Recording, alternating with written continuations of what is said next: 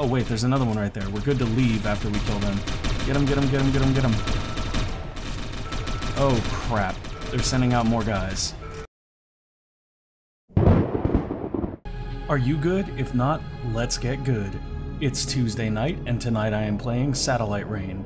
So while I set up our company, I'm going to explain what I want to start doing on Tuesdays from now on. I'm going to start doing what I like to call Tester Tuesday. So Tester Tuesday will be a weekly thing I do where I show a new game, and then you guys get to decide in the comments whether or not it's a game that you think should go in my queue for a series. Alright, so we're going to go with that. We picked the Illuminati S symbol and made it yellow because that's my colors, yellow and black. And now it's booting up. It's going to give us a little bit of story here in a second. And cybernetics pioneer Dracogenics is making headlines with what they're calling instant consciousness transferal technology. But many are already referring to it as resurrection tech. Investors are scrambling for a piece of Dracogenics. The list of wealthy donors has increased, with celebrities and politicians from around the world jumping on board. The ResTech satellite network has expanded globally, making Dracogenics a household name Allegations overnight. swirling today as rivals accuse Dracogenics of trading immortality for political influence. Federal authorities were called to investigate. Continuing civil unrest today following the privatization of city services. Dracogenics security forces clashed with rioters all through the night and into the Dracogenics morning. CEO Stephen Dengler was exonerated today as the newly appointed judge dismissed the charges, calling them, quote, frivolous and unfounded. Dracogenics have nobly provided their own private security force to assist in subduing the last stubborn holdouts of the city's poor and desperate.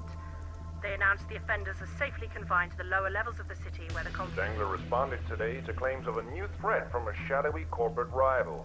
Answering a call to action from stockholders, Mr. Dengler denied rumors of ResTech secrets being stolen in an act of corporate espionage. And this just in, we're hearing that city police have apprehended a suspect related to the wave of recent anti-Dracogenics attacks.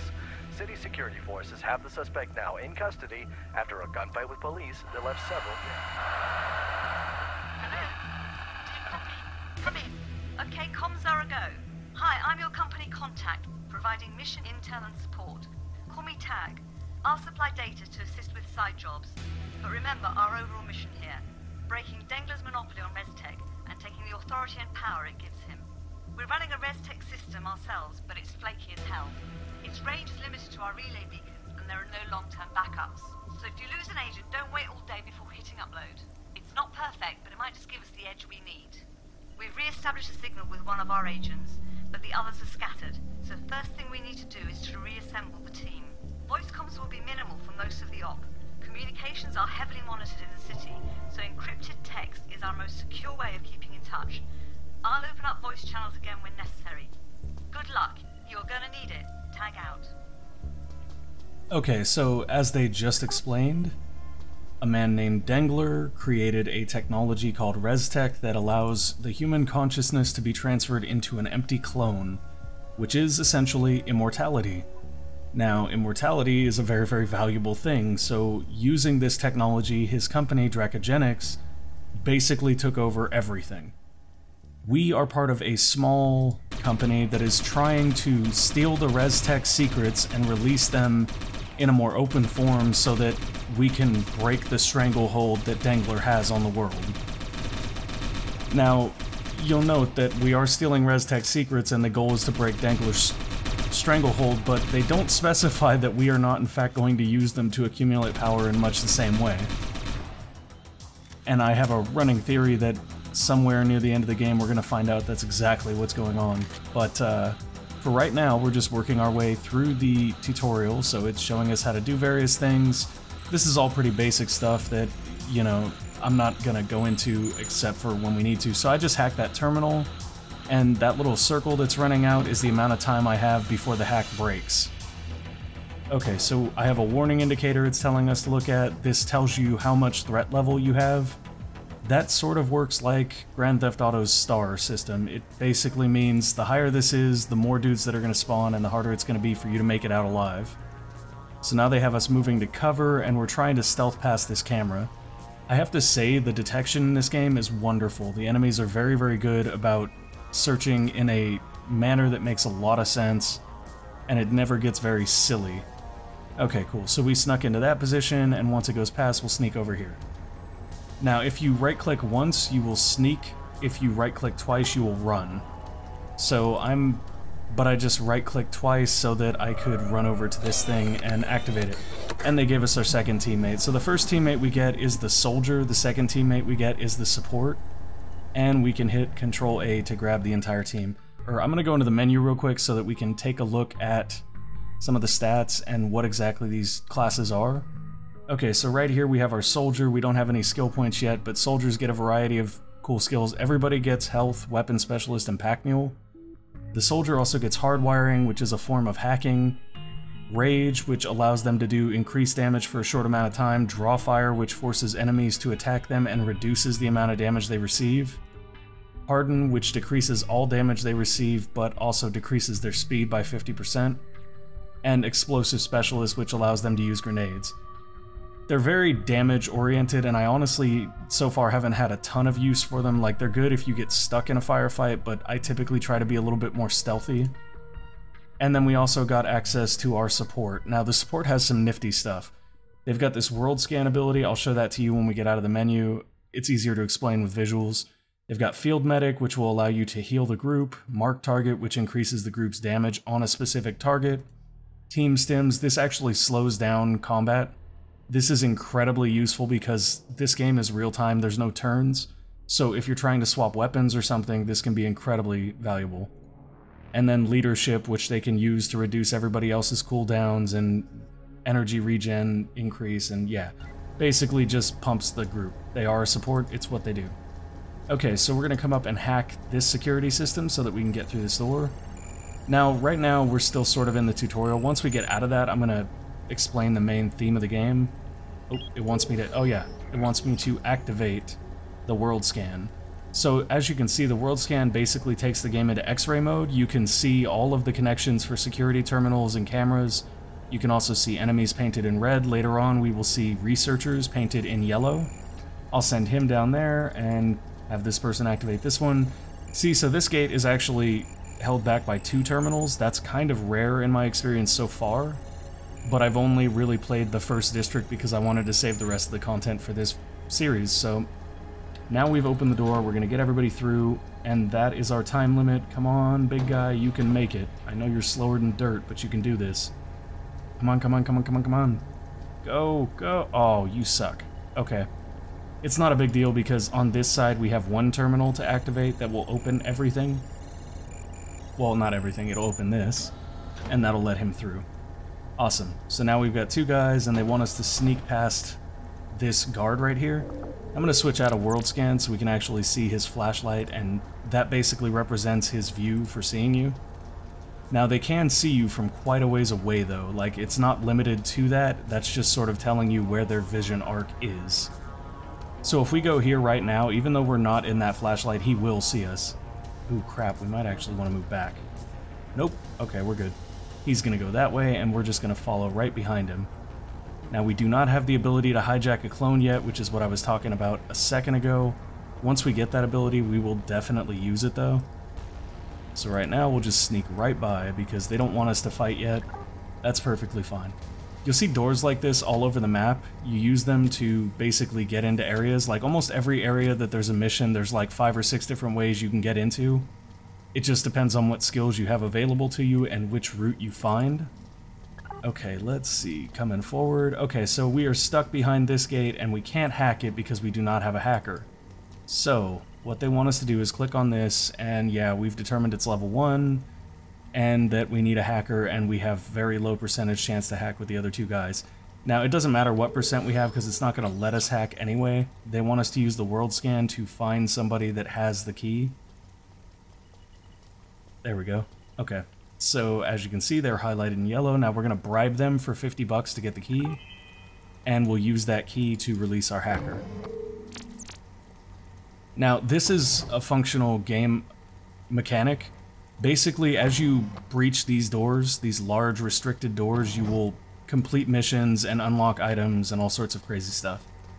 So right now, we just got our hacker, and we have our support and assault. The hacker's going to go ahead and open this door for us, and we're going to come activate the next relay beacon. So go, guys, go. That means all of you go. Come on, get through the door. Don't wait on the other side. That's one thing I will mention, because the entire group moves on your initial right-click, but if you click an object that's basically usable by one person in your team, just that one person will use it. Oh wait, they want us to come over here and upgrade our loadouts, which is actually a really good idea because in a minute it's going to show us how to stealth kill, and we're going to want to stealth kill with our hacker so that we can get some more experience on her as quick as possible. It is a her this time. They change based on the clone body that you give them, so your characters will change between male and female. And that's perfectly cool. I actually think that's kind of a nice principle because, like, that means if you want an all-female team or something, like your Valkyrie team, you could totally just go ahead and get a bunch of female clone bodies and do that. Actually, we might do that. That'd be kind of fun. You can't name the characters, but that's because each of the clones actually has a name. Okay, so right now we don't have the skills to use these, so it's going to have us force these to much hilarity. And here we go. 2 guys make it, 1 guy don't. Yeah. And then they want us to revive the agent that fell off the zipline. Now the Infiltrator, which is the one class we haven't got yet because that's actually available from a mission once we get out of this tutorial area, is able to slide down these with one of their skills, but you do have to upgrade the skill, and then later on there is a researchable technology that you can make gear out of so that all these guys can use it. Alright, let's go. Straight through the door, guys.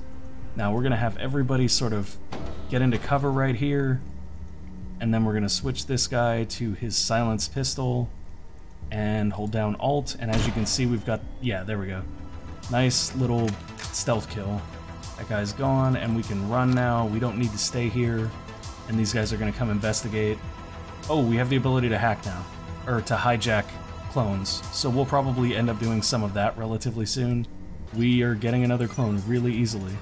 Once we get him, I'll show you how you can, yeah, you can go down here and click this question mark, and as you can see, his clone has increased health regen, increased speed, increased health, and increased weapon accuracy. Wow, 11% is pretty good. Now, there'll be more advanced enemies with more advanced clones, so you're constantly upgrading. And then we're going to have our hacker come over and disable this camera because it's kind of a pain to sneak by with a group of 3. There we go. And we will run our group of 3 over here, making sure to click here first and then here so that our hacker will come hack the terminal when he gets there. As soon as these gates turn green, we are out. And that is the initial tutorial quest. Okay, so out the door we go. Haha, we have completed it. So they're giving us all these info things. We can look at being arrested. So basically, if one of your agents gets caught and doesn't fight back, they'll arrest them and you can rescue them from the police station. Stealth kills I already showed you guys. Welcome to downtown, and James Bywater was returned for cloning. Okay, so we're going to come in here and it's going to show us mission control.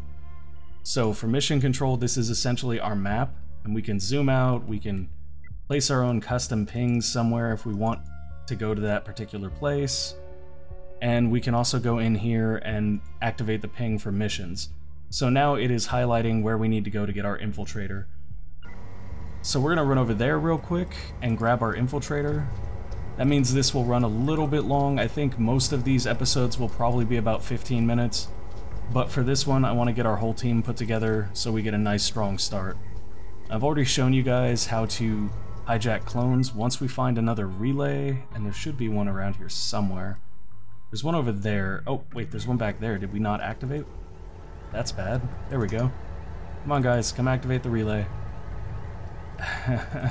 It's doing the only one guy moving thing again. Okay, there we go. The one guy moving thing is not a bug. It only sends the applicable team member. That's actually so that it works faster when you're, like, sneaking into places. But in situations like this, we just kind of want to click down. Okay, so now we are at the relay, and I can show you guys the clones real quick. So if we come over to our loadout, we have augmentation, gear, weapons, clones. All of this stuff can only be changed when you're near a relay. So right now, this is our soldier, Leonard Baggins. But we're going to take a look at these other characters that we got, and this guy has 11% accuracy, so I think James Bywater is a better clone for us to assign our soldier to. So we are going to go ahead and apply that. As you can see, it changed his face. We're also going to come in and give him some cooler looking armor because he is a soldier of the good Federation. Headwear. So the headwear can either be inherited based on the class, You can set it to none, or you can set it to the source, which is the headwear that the clone you took down was wearing. So we're going to go with that so we get this really cool looking mask. You can also see the source. There we go. That's what our source looks like. And then we hit apply, and now we have assigned the clone, or the soldier to this clone. The catch to this is, if this character dies, the clone degrades, so you're constantly forced to upgrade, and the more you die, the more you're upgrading. This guy has plus 5% speed, so I think we're gonna slip over to our hacker and assign her to the guy with... Wait, did we already do it? Oh crap, we just assigned the soldier to that person. Oops. That was a mistake. No, don't do that. Put the soldier back on this, and then come over to the hacker. It always asks you to apply the changes, but it basically assumes I'm trying to switch here. I'm not. So we'll hit no, and then we will assign the soldier to... Oh, the speed is gone now. Okay, so that's another thing. As you assign your characters, they will start to lose bonuses to the clones. Not the first time you do it, but anytime you move them after that, it's basically treated like you threw out the clone. That's a cool looking source. We'll go with that. Okay, so that's how cloning works, at least the basics of cloning. And now we're gonna go rescue our infiltrator real quick. I say real quick, but this will probably take a bit. I'm guessing this episode is probably gonna run about 30 minutes. If we're lucky, because infiltration is never a set thing. So we're trying to get over this area to infiltrate. Now, there are multiple ways into every building. In fact, there's one right there. There's a zip line that we could take to get in here, and the destination is right here. So if we had characters able to ride the zip line, we could literally just zip in and go get this guy.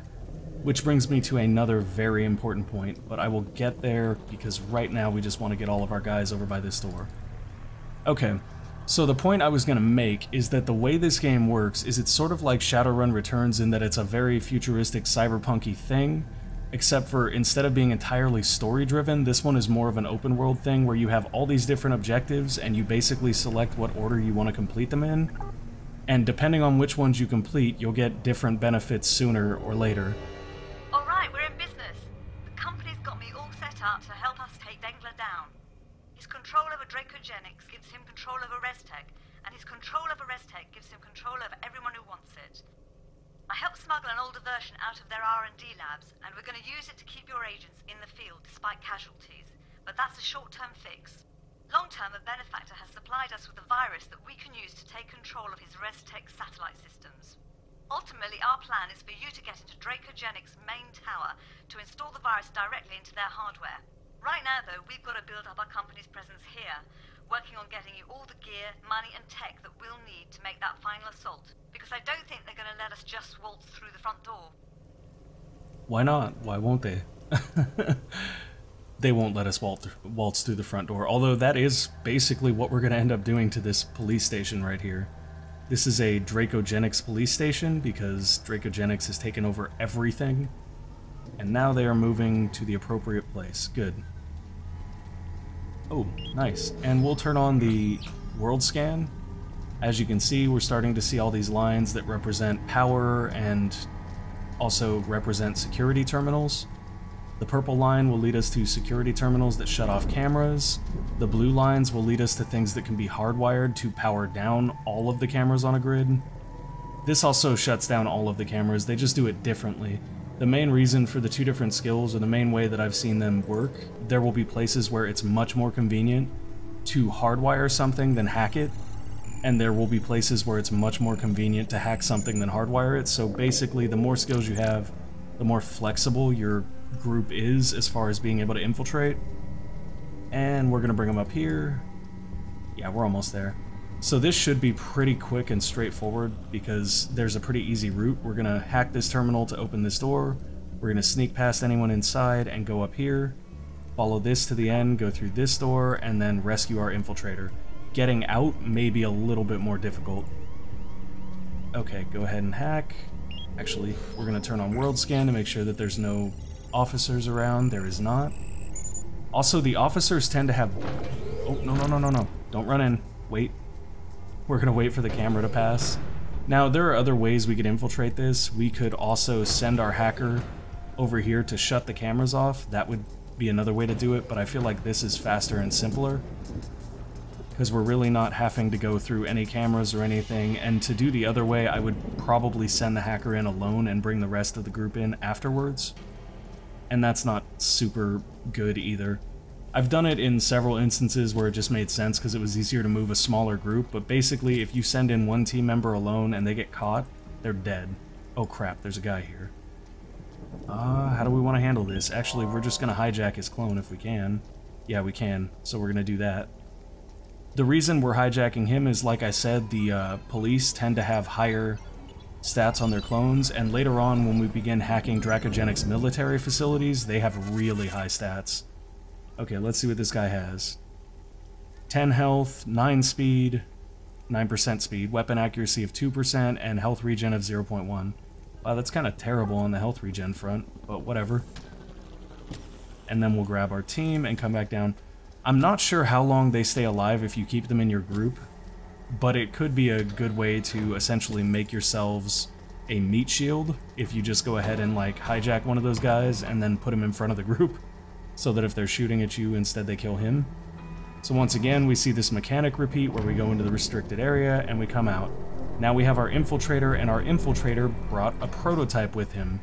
Now, the way that prototypes work in this game is they're essentially blueprints, and you have two options. You can either, well actually they're not blueprints, they're actual prototypes, forgive me. You can make them into a blueprint and research them and unlock the ability to equip your entire team with them, or instead you can just equip them outright on a character, but then if that character dies, there's a chance you lose them. So it's really more beneficial to research them, but it also costs more money and it's more of an investment. It takes more time, costs more money, it's just easier to equip it on guys. That being said, I think it's incredibly short-sighted to do that just because it's easier. Crap, are they gonna come up here? If they come up here, this is gonna turn into a brawl. Yeah, this is probably gonna turn into a brawl. Let's see. Yeah, this is gonna be a brawl. Okay, kill him. Burn him down. We don't have any options. Hijack him. Get him. Hijack him. Go, go, go, go, go. Did we catch him in the doorway? Oh, that's weird. But we totally caught him in the doorway. Okay, good. What's he got? Pretty decent stuff. Oh, crap. They're coming for us.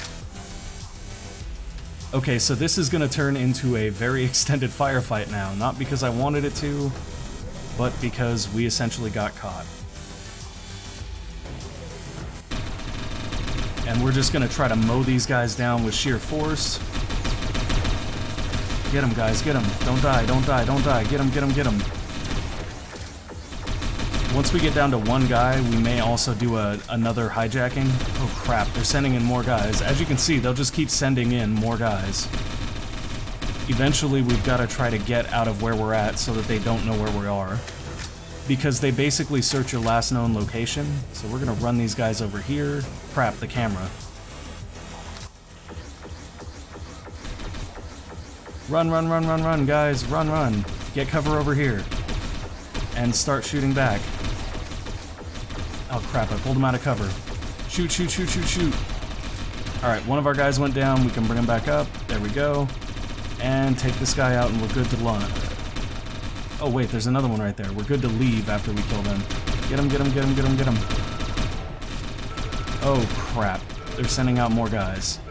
So the only problem here is we could try to run, but if we do try just to flat out run, it's not going to work very well because we have to hack that door open. So instead, what we're going to do is... Oh, is he bleeding out? He's dead. Is he dead? What is he doing? He's just sitting there. Come on, number 2, move. Oh, crap. Okay. Hide, hide, hide, hide, hide. Wow, look at that. Our threat level is up to 2. We are in sort of no man's land on threat. Our guys are not very much healing, and the reason why is because we don't have nanotech yet with our healer. You know what? Let's take the whole group and move them back over here. Oh, they've got shotguns? Wow, that's not cool. We'll move them over here. Actually, let's grab some ammo. And then we'll put them back up against this wall. See, this is the problem in moving with a group of 4, is that it's such a large group, it's hard to sneak out. If we just had 2 guys right here, we could easily sneak out of this facility without fighting. We just run for it and be okay. It's just too hard to hide 4 guys. Get him, get him, get him. He's back out of cover. Shoot him, shoot him, shoot him. Kill him. Kill, kill, kill, kill, kill. Got him. Okay. Now we need to kill shotgun guy. Oh, did you see that rifle shot take off a huge chunk of his health? And then get that guy. Actually, let's go around and flank this guy.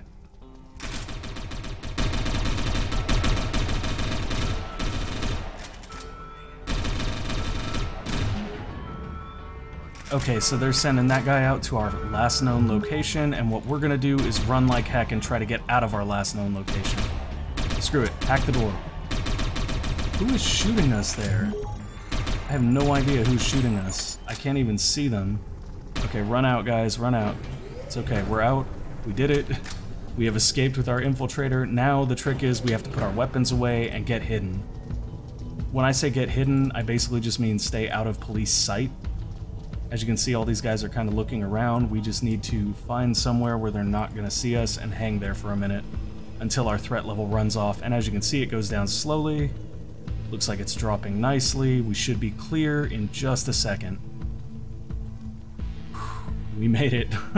I honestly didn't think we were going to make it out with the whole team intact right there because that was just bad. We got cornered. Okay, we made it out. We got all of our guys. On the way out, our agents also got their hands on a prototype weapon, research and development, blah, blah, blah, blah, blah. I'll show that in a second. Ooh, that's a new one. So I think the prototypes are also like randomly generated because every time I've done this mission, I've gotten a different one. This time we got the Kumasaka LP-35 laser pistol. And if I come up here and take a look, we can see, oh, it wants to show us our skills. First thing we're gonna do is come over to our hacker and get hacking level 2. Hacking is by far the most useful skill I've had so far. We're also going to grab hardwiring 1 because hardwiring is very useful. Like I said, it opens up different routes into places. And then here we have our laser pistol. It'll show us all the stats. Ooh, laser weapons are kind of nice because they don't run out of ammo. But here's where this gets catchy, right? We are required to have 2 researchers to research this, and we have 0 on staff. We can recruit researchers for about $100 a piece, at least in this district. But without having any on staff, what we're going to have to do, if we start research, is outsource 2 of them. And outsourced researchers cost more money per second, and this will continuously drain our money. So they want us to pause the research because we really don't want to do that when we have no income coming in, and we don't yet. Okay, now they want us to find a researcher. It's going to give us a new ping. Let me clear my custom ping. There we go. So it's telling us there's a researcher in this area. It won't normally do that, it's only doing that for the quest. In general, you will have to find researchers on your own. So I didn't get to cover all of the basic stuff, but I did get to show you most of it, and we got to see some of the basic functionalities of each of the classes. We got to see a little bit how the infiltration works, and how the threat level thing works, and how almost getting cornered and murdered works. This was fun. I can't wait for the next episode. Thank you for watching. Go ahead and leave something in the comments. If you hate the game, absolutely, and you don't ever want to see me cover it again, leave it in the comments because this is the first episode of Tester Tuesday. Thanks for watching. Please game responsibly.